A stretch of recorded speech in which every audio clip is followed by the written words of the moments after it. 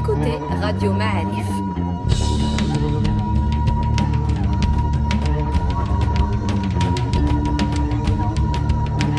Le podcast Histoire.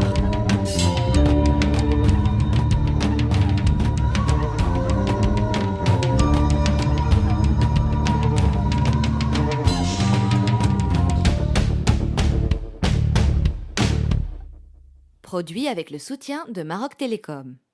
Bienvenue aux auditeurs de Radio Ma'arif dans la suite de ce podcast consacré aux Almohades. Alors, on est toujours avec le professeur Hamid Triki qui nous a abreuvé d'informations dans la première partie et tenez-vous bien parce que la deuxième partie est en route. On a l'habitude de mettre le début des Almohades à la prise de Marrakech en 1147, c'est ça ? Oui. Et la fin à la perte de Marrakech en 1269. Oui. Alors, il paraît que Marrakech a été prise en 1147 par Abdelmoumen, Ouais. après le périple que vous avez décrit par les montagnes, etc. Après un siège de 10 mois et que ça a été extrêmement violent, sanglant. Qu'est-ce que vous pouvez nous dire là-dessus ? La violence vient la violence pendant le siège. C'est 8 mois, je crois, plutôt que 10. D'accord, 8 mois. La violence pendant le siège, elle découle du siège. Parce que la ville résiste. La ville almoravide résiste. Elle est bien entourée de ses 9 ou 10 kilomètres de remparts. L'armée, quand même, almoravide est bien organisée. Et il y a les mercenaires aragonais. Avec les Almoravides ou Avec les Almoravides, déjà. Les premiers, c'est les Almoravides. Maintenant, Al-Baydak raconte qu'une fois la ville prise, définitivement, y compris l'Aqsa, on reviendra sur l'Aqsa parce qu'il y a un épisode très intéressant. Une fois la forteresse almoravide prise, qui était à côté de la Koutoubia, on lui emmène les prisonniers, etc., dont le tout jeune enfant qui vient de succéder à son père qui est mort pendant la bataille décisive à Oran, qui est l'arrière-petit-fils de Youssouf ibn Tashfin. Le père étant Tashfin ibn Ali.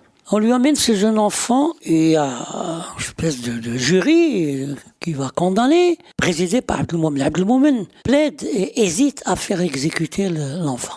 Mais c'est quand même un pouvoir, encore à cette époque, un peu partagé avec les 10 compagnons, qui sont très influents, qui ont les tribus derrière, etc. C'est l'aile historique du parti, quoi. L'aile historique et l'aile dure. L'aile dure, ouais. L'un d'eux, le plus dur, était pour l'exécution et a poussé Abdelmoumen à l'accomplir en lui disant « Tu vas pas élever en ton sein ce serpent ». Bon, le pauvre petit n'était pas un serpent, mais le serpent, c'est les Almoravides. Pendant la conquête, j'aimerais bien vous évoquer une scène absolument pittoresque, réelle, d'autant plus considérée vraie qu'elle est racontée par l'ennemi, c'est-à-dire par Al-Baydak lui-même. Tout Marrakech est soumis, sauf l'Aqsa. Alors, qu'est-ce que vous appelez l'Aqsa pour les gens qui connaissent pas Marrakech ? L'Aqsa, c'est premier noyau de la ville de Marrakech qui s'appelle Qasr al-Hajar, dont une partie se trouve sous la Koutoubia actuelle et l'autre partie est à côté. D'accord. C'est la zone archéologique fouillée.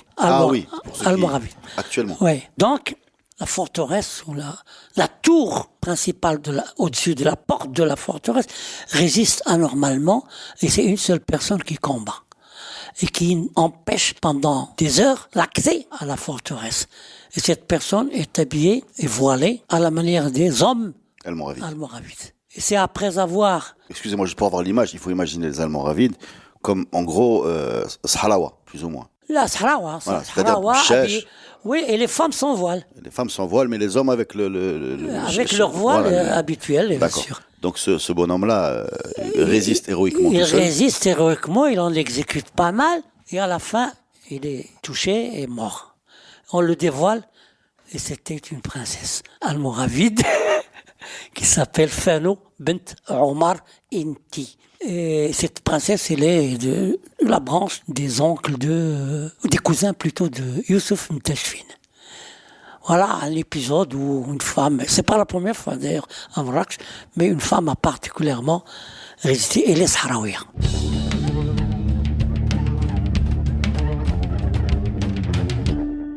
On a beaucoup parlé de Abdelmoumen, on a parlé du fondateur de la doctrine Ibn Soumert. Il faudrait qu'on parle un petit peu également de Yaqub Mansour. Alors que Daniel Rivet, je fais mes devoirs, présente comme un des plus grands sultans marocains avec Ahmed le Saadien. Alors je sais que peut-être vous n'allez pas être d'accord avec ce classement, mais en tout cas qui considère comme quelqu'un d'extrêmement important Yaqub Mansour. Est-ce que vous pouvez nous dire quelques mots sur le dernier Al-Muhad, disons avant le début de la chute, quoi. Yaqub al-Mansour, on peut très bien...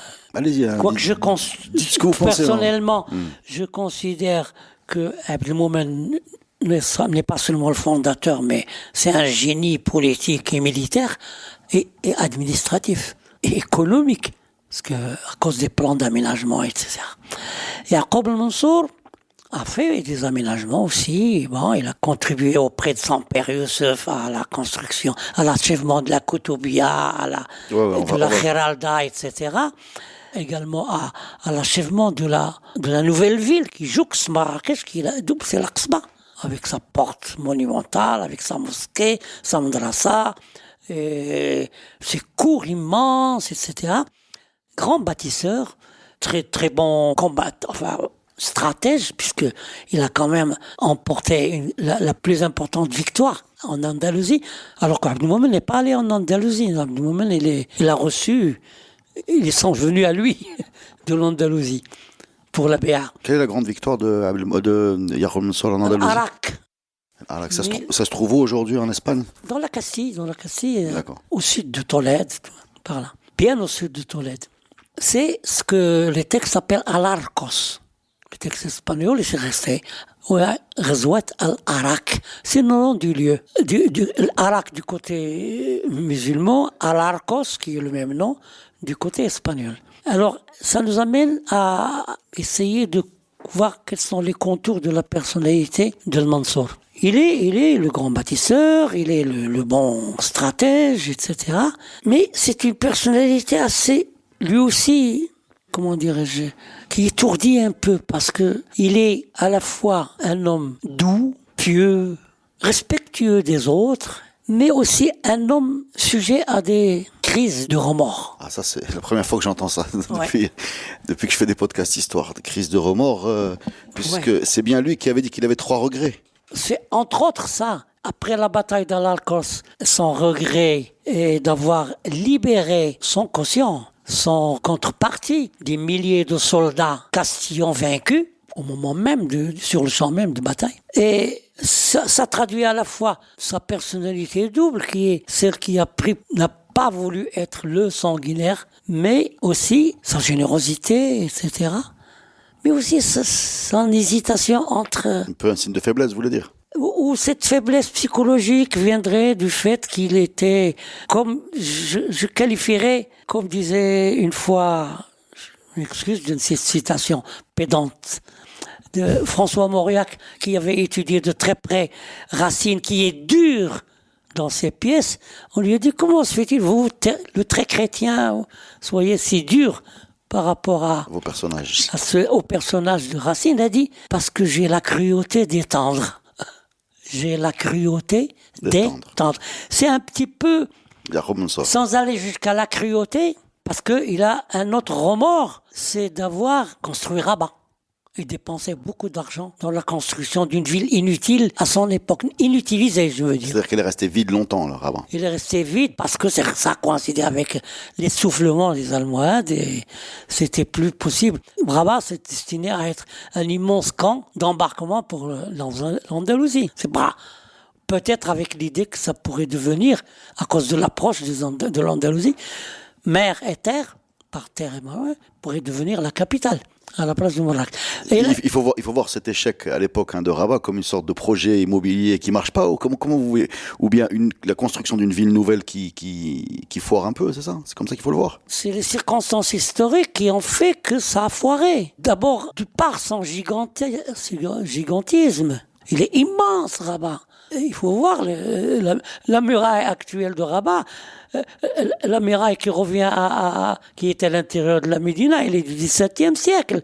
Mais tout le reste qui va jusqu'à Bab Zahir et qui retourne jusqu'à l'Oued, il revient vers le Bourgrag et qui part vers le palais royal actuel, etc., qui englobe même une partie de l'espace de Dar el-Mkhzen. C'est les murs al-Muhad. C'est Al-Muhad. D'accord. Et il a un 3e regret, je crois, Yaqub al-Mansour, c'est sur les Banu Hilal. Et on m'a dit qu'il y avait 3 regrets. Et le 3e regret, c'était d'avoir utilisé ces tribus comme étant une sorte de milice, et que finalement, à terme, c'était pas une très bonne idée. Ce qui est sûr, c'est qu'ils ont causé des problèmes mais entre deux solutions, la moins pire, c'était celle-là, parce que avant de les transplanter ici, ils étaient en Tunisie. Ouais, ouais. Et chaque rébellion, il fallait aller en armée jusqu'à Constantine et jusqu'à Sétif, etc. Bon, quand on les a amenés ici, bon, ils ont fait ce qu'ils ont fait. Ils sont restés nomades un certain temps avant de pouvoir s'accommoder de la sédentarité. C'est amusant comment vous nous avez humanisé Yaqub Mansour. Pour nous, c'est juste un nom. Et maintenant, on a quelqu'un qui avoue, enfin, qui considère qu'il a fait des erreurs. Mais comment on est aujourd'hui capable, presque 1000 ans après, comment on est capable aujourd'hui de connaître ces états d'âme? Est-ce qu'il les écrivait? Est-ce qu'il les confiait? Est-ce qu'il y a des historiens qui les ont rapportés? Non, c'est rapporté par les chroniqueurs. C'est dans Al-Bayan al-Maghrib, c'est dans les chroniqueurs directs de l'époque de Al-Mansour, ou d'à peine 20-30 ans après. D'accord. Alors, un autre regret qui montre aussi le double face, c'est que à un moment donné, son entourage l'a convaincu que on était en train de comploter contre lui, que c'était ses oncles, ses cousins. Ses cousins. Et il les a fait exécuter. Mais il a eu un remords jusqu'à la fin de sa vie, et il a encore, on évoque le rôle des femmes, c'est toujours l'aspect côté remords. Il a regretté, il est allé même demander sa tante, je pense, de lui pardonner parce qu'il y avait des fils à elle exécutés. Elle a refusé. Et ce refus a fait qu'il a conservé son remords jusqu'à la mort. J'ai envie de vous poser une question sur l'époque almohade, qui a quand même proposé à l'humanité quelques penseurs brillants. On peut parler d'Ibn Rushd pour commencer, un peu du côté de la culture juive, il y a Moïse le Maïmonide. Et en même temps, on lit que ces savants étaient persécutés. Maïmonide a été contraint à l'exil au Caire. Ibn Rushd, son œuvre a été brûlée par les Almohades. Alors, est-ce que les Almohades étaient comme ça opposés à la pensée ou à la liberté de penser? Et si oui, comment se fait-il qu'avec le recul, elle ait eu un âge d'or au moment où ils étaient là? Voilà. Là, il y a à boire, à manger. Je prends le cas d'Ibn Rushd.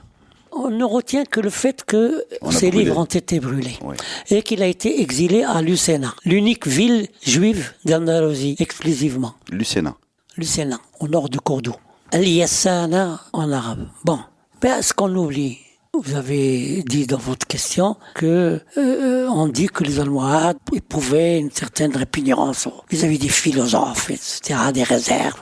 Mais on oublie une chose. C'est que Ibn Rushd, c'est à la demande de Youssouf, le fils de Abdul Mumin, le calife, qu'il a écrit à Marrakech ses commentaires d'Aristote. Oui, il a traduit Aristote en arabe, c'est ça? Et il a commenté. Oui, mais c'est à la demande de Youssouf, calife, fils d'Abdul Mumin. Oui, qui lui était un féru de...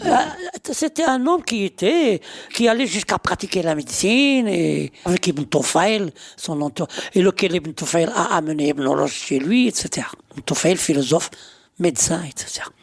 Ça, c'est une chose. On oublie aussi qu'après cette phase d'Ibn Rushd, qui est la phase tranquille, qu'il a été, pendant près de 10 ans, Qazi al-Muhad de Cordoue. D'accord, donc il n'a pas été combattu toute sa vie, quoi. Non, pas du tout. Troisièmement, on oublie de dire que les pressions exercées par l'entourage de Yaqub al-Mansour contre Ibn Rushd ont duré 3 ans. C'est-à-dire que pendant 3 ans, le clan anti-Ibn Rushd à Cordoue, et pas au Maroc, il y avait des clans à Cordoue, de grandes familles, dont la famille d'Ibn Rushd, puisque son grand-père était déjà qadi en chef, etc., de Cordoue.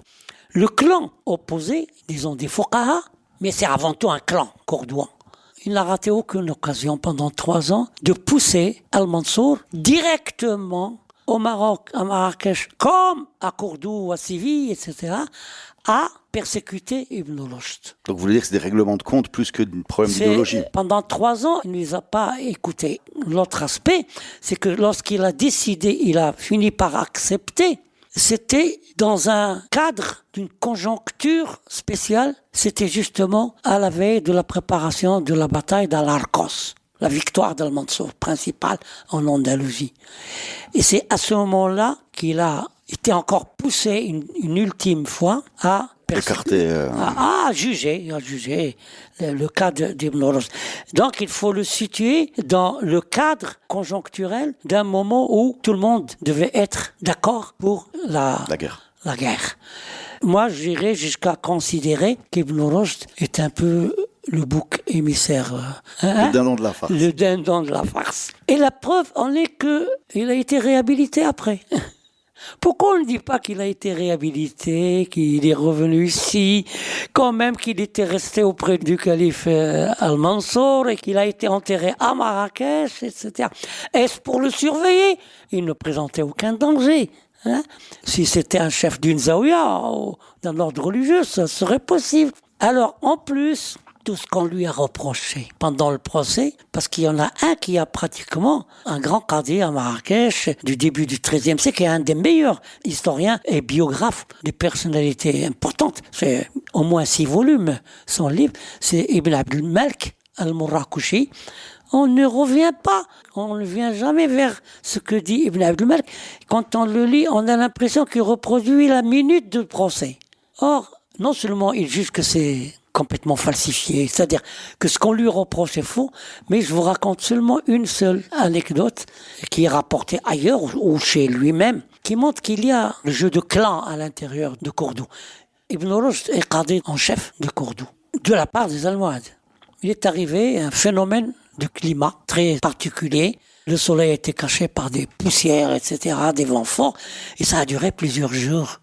Et c'était l'obscurité, nuit et jour, et les gens commençaient à dire attention, ça c'est c'est comme ce qu'il y a dans le Coran par rapport à Ad, Thamoud, etc., sur lesquels Dieu a envoyé les oiseaux qui envoyaient des rochers sur ces peuples, etc. Et les autorités se réunissent parce que les gens commençaient à dire c'est peut-être la fin des temps. Elle met ça. Ouais. Se réunissent pour dire ce qu'on doit décider de faire, comment on appelle ça, la cellule de crise. dont Ibn Rushd, à la sortie de cette réunion, quelqu'un prétend pendant le procès qu'il a posé la question suivante à Ibn Rushd, en lui disant « Est-ce que tu crois que c'est vraiment un signe de la fin des temps, comme ce fut le cas dans le Coran des Had, de la punition envoyée par Dieu sur le peuple de Had et Thamoud ?» Il prétend qu'Ibn Rushd aurait répondu « Il faudrait d'abord prouver l'existence de Thamoud avant de dire qu'ils ont été décimés. » Terminé. On lui a sorti ça. Comme on lui a dit qu'il n'était pas adorateur d'Allah, mais de Vénus, de l'étoile Vénus. Tout cela, quand il est rapporté dans le cadre que ce sont des intrigues contre Ibn Rushd qu'on ne peut fonder. Ibn Rushd ne peut pas avoir dit à quelqu'un que ce qui est dit dans le Coran, il pourrait l'avoir pensé, c'est possible, que ce qui est dit dans le Coran n'est pas juste. C'est un procès politique, vous voulez dire? Un procès politique où Ibn Rushd était la victime d'une conjoncture spéciale et puis ça s'est éclairci par la suite. Par contre, là où ça s'est pas éclairci, c'est que il y a eu des conversions, une exigence de conversion, ça s'est établi. C'est-à-dire qu'on a demandé aux Juifs de devenir musulmans et c'est ce qui provoque l'exil de Maïmonide ou ça aussi c'est une... Oui. Est-ce que c'est l'aile dure du parti qui a pris... Non, pas forcément. À un moment donné, parce qu'il faut toujours quand même, si on veut être historien le plus objectif possible, toujours non pas prendre un fait et l'isoler de l'ensemble. L'ensemble étant ceci, qu'est-ce qui se passait en Andalousie au moment de l'arrivée des Almohades, du passage de l'autorité aux mains des Almohades, qui ont envoyé des gouverneurs, etc., des princes. Il s'est passé que, à cette époque, la peur des communautés juives par rapport aux idées qu'ils connaissaient d'Ibn Tumart, etc., et aux exécutions par Abdul-Mumin de n'importe qui. Oui, musulmans. Musulmans ou pas. Pourquoi on parle de l'exécution des juifs et pas de celle des musulmans? On a parlé de celle des musulmans, on n'a pas eu de sémiès. Non, nous, oui. Mais je veux dire, on se focalise sur cette question. Or, depuis les Almoravides déjà, depuis les derniers épisodes des rois des Taïfas en Espagne musulmane, particulièrement à Grenade, il y a eu un pogrom contre les Juifs, et on parle de 2000 Juifs, etc., qui ont été... Et après, on va parler de l'obligation de la conversion sous les Almohades. Or, c'est à partir de ce moment-là, c'est-à-dire l'apparition des Almoravides déjà, mais beaucoup sous les Almohades, on constate, il est un fait établi, que les Juifs, tout comme les chrétiens, restaient sous l'autorité musulmane en Andalousie. On était paniqués et on commençait à se faufiler vers le nord, vers la Castille et vers le nord-est de l'Espagne, vers Valence, etc. Barcelone, et même jusqu'au sud de la France, en Provence, Montpellier, etc. Ce sont des cerveaux juifs, beaucoup, qui ont fui, entre autres. Or, dans cette conjoncture, au moment où les Almohades prennent le pouvoir, comme c'est normal, je ne veux absolument pas justifier les persécutions ni les renier, mais il s'est produit un fait que, à ce moment-là, étant donné la pression chrétienne de plus en plus forte sur la zone de l'Andalous musulmane, il fallait être ou avec ou contre. D'accord. Ceux qui partaient ailleurs pouvaient être considérés comme contre. Hein? Il y a eu même des velléités de tractation, aussi bien anti-almoravide à une époque donnée qu'anti-almohade, entre communautés juives, communautés, les Mozarabes al-Musta'ariboun, c'est-à-dire les chrétiens restés chrétiens sous autorité musulmane, en Andalousie. Avec les juifs, ils ont pu constituer à des moments précis un front par peur, et à raison peut-être, par peur de l'escalade qu'annonçait l'arrivée des Almohades dans ce cas. Non seulement leur départ en exil, mais surtout le fait qu'il est établi qu'ils ont essayé de pousser avec les chrétiens sous autorité musulmane des puissances d'Almeria, etc., ou d'ailleurs, de Murcia surtout, à redoubler d'efforts face aux Almohades. Donc, c'est dans cette conjoncture qu'il faut situer ce qu'on appelle les persécutions juives. Il n'y en a pas eu sous le successeur du Abdelmoumen. Après, on n'en parle pratiquement plus. Je crois que vous voulez conclure également sur la doctrine. Vous nous avez dit que vous aviez quelque chose à... Alors, c'est toujours pour dire comment il faut, en tant qu'historien, toujours faire attention à l'évolution des choses et non pas croire que les choses sont immuables.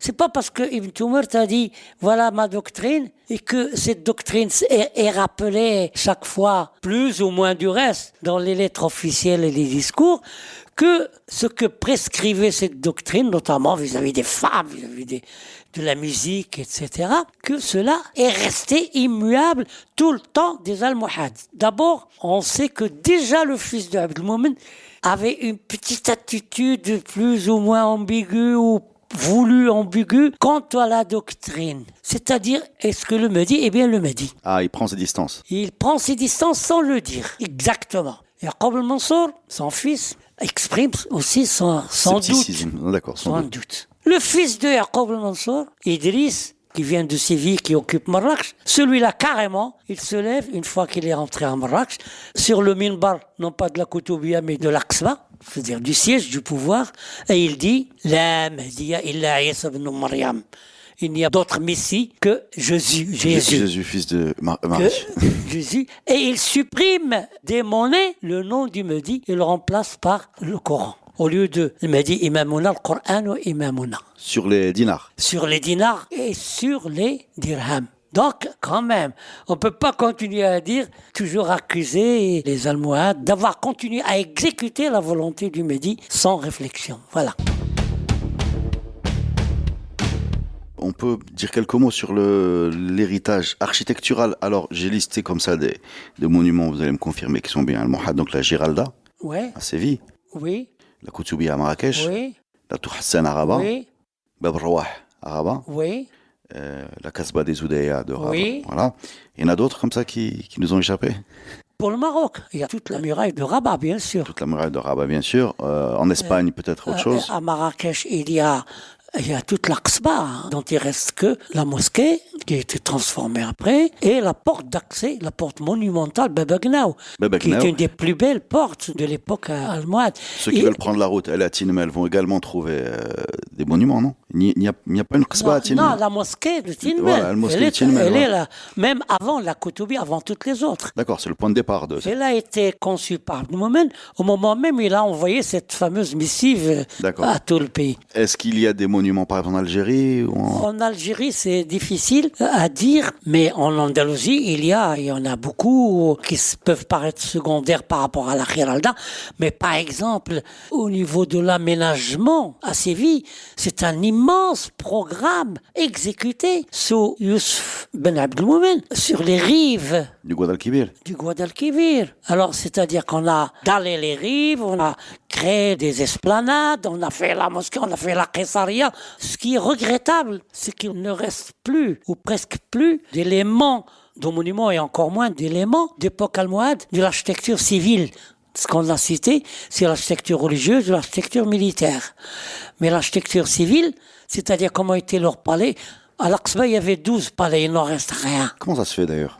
Parce que l'abandon de Marrakech comme capitale avec les Mérinides, son remplacement par Fès, la ville a périclité, et l'Aqsa qui va occuper 12 palais alors que ce n'est plus une capitale. Ensuite, il y a eu le travail de palais Badi qui est construit quand même en grande partie sur les palais almohades. Alors quand on lit les textes qui décrivent les résidents de l'Aqsa au début du XIIIe siècle, c'est étonnant. Si vous voulez, je peux vous lire un texte très intéressant. Ah, je vous en prie. C'est un texte de qui? C'est un texte d'Ibn Saïd al-Maghribi, qui est un Andalou, qui est sévillan, qui est parti en Orient à la veille de la conquête par les chrétiens, qui est resté là-bas et qui a écrit 2 grands ouvrages, un sur l'Orient, un sur l'Occident. C'est une des sources fondamentales de l'histoire culturelle, littéraire et un peu politique de l'Andalousie dans sa relation avec le Maroc. Et c'est un témoin direct de ce qu'il écrit. Wa hadratu Marrakech, ici Hadra, ça signifie la capitale. C'est-à-dire l'Aqsa. وحضرة مراكش مما سكنت بها وعرفتها ظاهرا وباطنا externe et interne. ولا أرى العبارة تفي بما تحتوي عليه ويكفي أن كل قصر من قصورها مستقل بالديار والبساتين والحمام والاستبلات والمياه وغير ذلك حتى يغلق الرئيس منهم بابه على جميع خوله وأقاربه وما يحتاج إليه ولا يخرج له أمره إلى خارج داره ولا يشتري شيئا من السوق لمأكل ولا يقرئ أولاده في مكتب خارج ويخرج هؤلاء هو من بابه راكبا لا تقع عليه العين راجلا. Vous comprenez? Oui, on a compris qu'ils étaient en autosuffisance. Autosuffisance. Alors, ceci, c'est intéressant à dire parce que on est loin, très loin, et j'aimerais bien qu'on puisse conclure par des choses comme ça. On est très loin d'Ibn Tumart. Très loin. Il n'y a plus l'austérité dont parlait Ibn Tumart. Hein? Même dans l'art, il y a une austérité, mais qui est conforme à la doctrine, mais c'est tout à fait le goût considéré de manière générale comme un goût autochtone, berbère, marocain. C'est-à-dire on n'est pas enclin comme les Andalous, puisqu'on n'a pas le même paysage naturel et tout ça. Hein? Le moins extraverti, vous voulez dire? Non, et surtout, il vise la sobriété en tout. La Koutoubia est sobre. Oui, c'est très sobre. C'est monumental, sobre et marocain. La Khiralda est un peu moins sobre parce qu'il est implanté en Andalousie. Il y a des petites aménagements locaux. Ça veut dire qu'il y a une capacité d'adaptation au milieu où on crée une image. On veut créer une image. L'image forte qu'on a voulu créer dès le début, c'est l'Aqsa d'ailleurs, c'est Abdelmoumen. Vous voyez la hauteur des murs, etc. C'est ça la force. Et c'est la même chose qui est la porte de la justice à Grenade, qui est Almohad, à l'entrée de l'Alhambra. Donc il y a le sens de l'austérité, de la sobriété, de la grandeur aussi, mais aussi s'imposer par la force de la grandeur. Si Hamid, je crois que vous voulez nous parler de quelque chose qui n'est pas connu, en tout cas j'avais vu nulle part en me documentant sur ce podcast, qui sont les inventions mécaniques des Almohades. Éclairez-nous, s'il vous plaît, sur ce sujet. Puisqu'on a parlé des monuments, ça c'est un autre aspect qui est en relation avec les sciences exactes, avec la mécanique, et qui a fait son apparition chez nous, parce qu'en Orient ça a pu exister avant, avec les Almohades.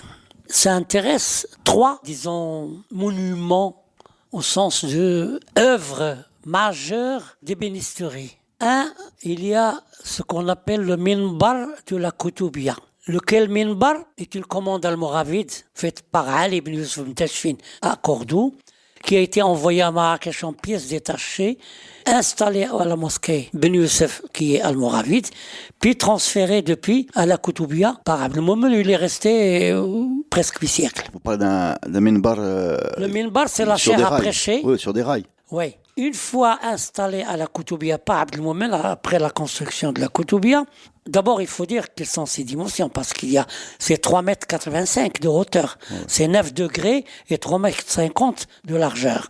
C'est une œuvre majeure d'ébénisterie, avec des décors absolument, des millions de pièces incrustées, etc. Ça, c'est sur le plan de l'art. Au niveau du mécanisme, installé sur rail avec roue. Entre parenthèses, il faudra signaler que lorsqu'on dit que le Maroc n'a pas utilisé la roue, on l'utilisait là où il fallait l'utiliser absolument. Comme pour ce minbar, là où il fallait déplacer un truc très lourd, comme pour l'immense bassin en marbre pour une médersa. Mais ici, on se sentirait mieux sous le climat marocain avec les chameaux pour les charges lourdes. Oui. Et le sol, il est sec, la majorité. Non, on n'a pas besoin d'aller. Et ce minbar, une fois installé, va être activé automatiquement. Il est remisé dans une espèce d'alcôve à gauche du mihrab, de la première Koutoubia, pas de la Koutoubia actuelle, parce qu'il y en a eu deux. La première, c'est les ruines qu'on voit. Et à gauche du mihrab, ce minbar était enfermé jusqu'au vendredi, où il sortait, disent les textes, en 1 minute, sans aucun bruit. Est-ce qu'il était tiré par des humains, c'est ça Non, pas du tout. Alors, comment il bouge? On a toujours n'a pas voulu croire les textes historiques, et même un poème là-dessus, d'époque ancienne. Mais lorsqu'on a fait les fouilles de la Koutoubia, on a découvert la salle d'opération en contrebas devant le mihrab. Et cette salle d'opération où il y avait, quand on l'a découverte, d'abord des entailles dans les coins, à partir desquelles ça pouvait être tiré. On a trouvé les traces aussi des cordages, etc.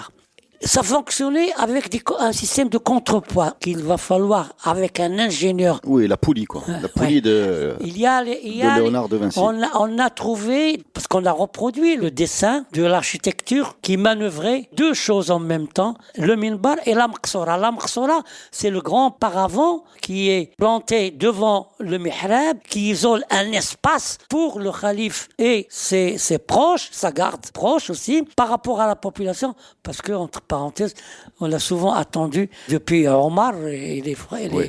Il y a une tradition qu'au moment de la prosternation, on empoignarde l'homme en question. Donc, la maqsoura, elle est immense.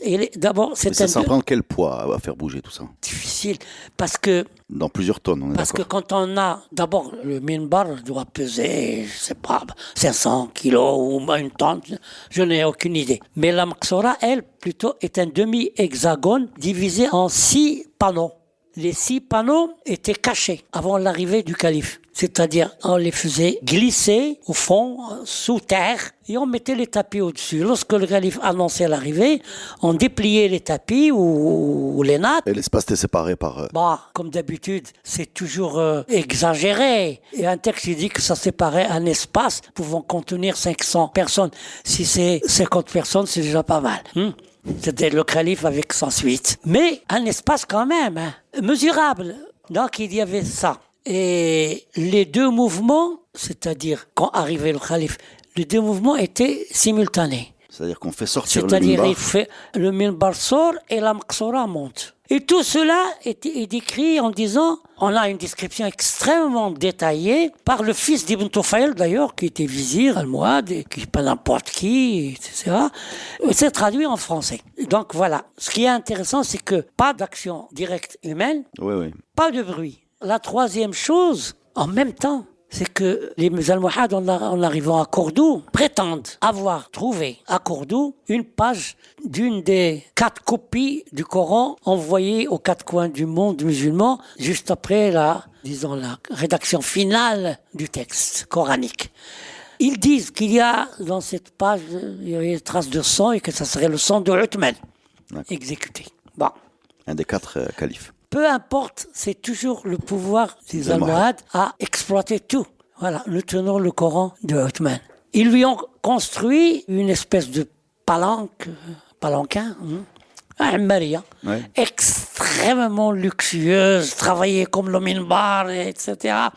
Où tous les corps de métier ont travaillé, depuis les joailliers jusqu'aux menuisiers ébénistes, etc. Et On a mis ce Coran ou cette page à l'intérieur sur un trépied, fermé par 2 portières. Le texte dit, par un simple tour de clé, on provoque 3 mouvements simultanés. Les portes s'ouvrent, le trépied s'élève et sort. D'accord, donc des mécanismes comme ça. Donc, il y a eu ces mécanismes qui ont... Des meubles animés. Enfin, des meubles liturgiques en général. Ouais, des meubles mais liturgiques.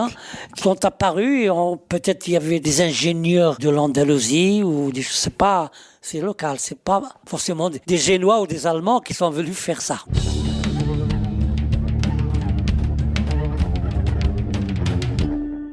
On a beaucoup parlé donc de la qualité de vie dans ces palais qui étaient bien loin de l'austérité de Ibn Soumert.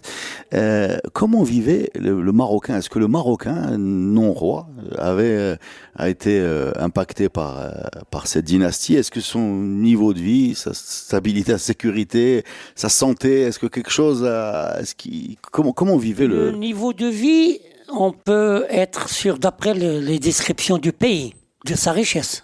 Particulièrement de la montagne où se trouve Tinmel.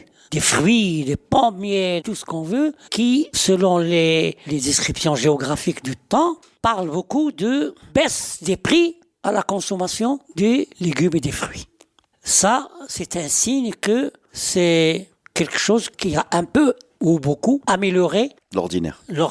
Deuxièmement, la profusion, mais alors immense, de quarts de monnaie, de dirham en argent. Le dirham, c'est l'argent. Le dinar, c'est l'or. D'accord. Le dirham, c'est l'argent à cette époque. C'est le dirham carré. Jusqu'à aujourd'hui, à Marrakech ou à Qla'at ou n'importe où, à Fès, on trouve des quarts de dirham. Ça veut dire 0,90 grammes d'argent. Par milliers dans des trésors enfouis et ça circule toujours. Moi-même, j'en ai acquis des centaines. Alors, le fait qu'il y ait autant d'émissions, d'abord le Maroc était producteur d'argent très important, partout dans les montagnes du Moyen Atlas du Sud. C'est même, entre parenthèses, une des raisons de la conquête par la montagne, par Abdelmoumene, mettre la main sur les moyens, sur les mines, ouais. Sur les mines, pour descendre, sur les mines, parce qu'ils payaient au fur et à mesure, ils frappaient au fur et à mesure, Satan. Or, l'énorme quantité de numéraires petits avec lesquels on pouvait acheter un pain ou entrer au hammam, parce qu'on a des éléments comme ça, c'est un signe de prospérité et de capacité de dépense. Quand on voit les descriptions géographiques de tout le pays, c'est étonnant de constater que d'abord c'est un pays où il y avait d'autres ressources que l'agriculture. Le pays était beaucoup plus forestier qu'aujourd'hui.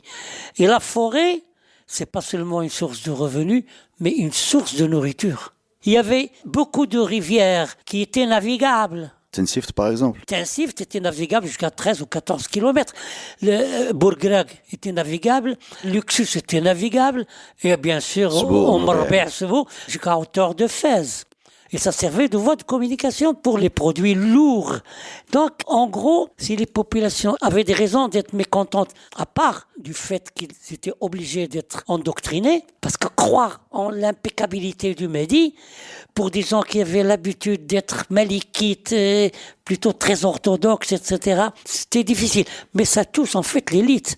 Parce qu'il ne faut pas quand même croire que le peuple du XIIe siècle, à Marrakech ou ailleurs, pouvait comprendre qu'est-ce que ça veut dire Ibn Soumert et le doctrine Ash'arite.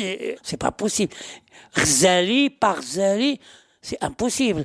C'est l'élite qui comprend ça, qui peut provoquer au niveau de la masse des mouvements pour des raisons autres peut-être. Oui, bien sûr. Mais pas forcément pour des raisons idéologiques. Mais par contre, on ne constate pas à cette époque des mouvements de révolte, des jacqueries paysannes ou des mouvements de révolte urbaine. Les résistances viennent soit de l'élite, quand elle peut s'exprimer, par la voix des religieux, etc., ou des fuqaha, et encore que les fuqaha étaient plutôt pro-almohades, ou par la voix de certaines tribus. Par exemple, on ne peut pas nier que les Romaras de la région nord-ouest du pays ont toujours donné des problèmes aux Almohades parce que c'est des tribus guerrières et ils n'acceptaient pas la domination. Également, certaines tribus au pied du Moyen Atlas. Donc il y a des résistances, mais elles sont plutôt tribales et ethniques plutôt que sociales. Donc, grosso modo, étant donné les plans d'aménagement très importants des Almohades, on dit par exemple que lorsque Abdelmoumen a terminé de planter l'Agdal, qui est plus grand que Marrakech, le jardin de l'Agdal, autour de 400 et quelques hectares, les premiers fruits ont fait baisser les prix des fruits comme les pommes, les raisins, etc. Et on pouvait même avoir un couffin de fruits sans contrepartie. C'est un peu exagéré, Oui. mais quand même, la prospérité a existé. Eh bien, merci beaucoup, professeur. C'était passionnant. Vous en savez plus sur les Almohades, partant de Ibn Soumart, l'idéologue, en passant par Abdelmoumen, l'homme d'État, le tourmenté Yacoub El-Mansour, leur puissance navale, leur puissance monétaire, leur dirham, leur dinar, leur tambour, leur canalisation, leur architecture. Ça a été très très riche. Merci beaucoup pour tous ces éclaircissements et j'espère bien qu'on aura l'occasion de vous revoir dans notre podcast. Merci à vous d'avoir eu la peine de m'écouter.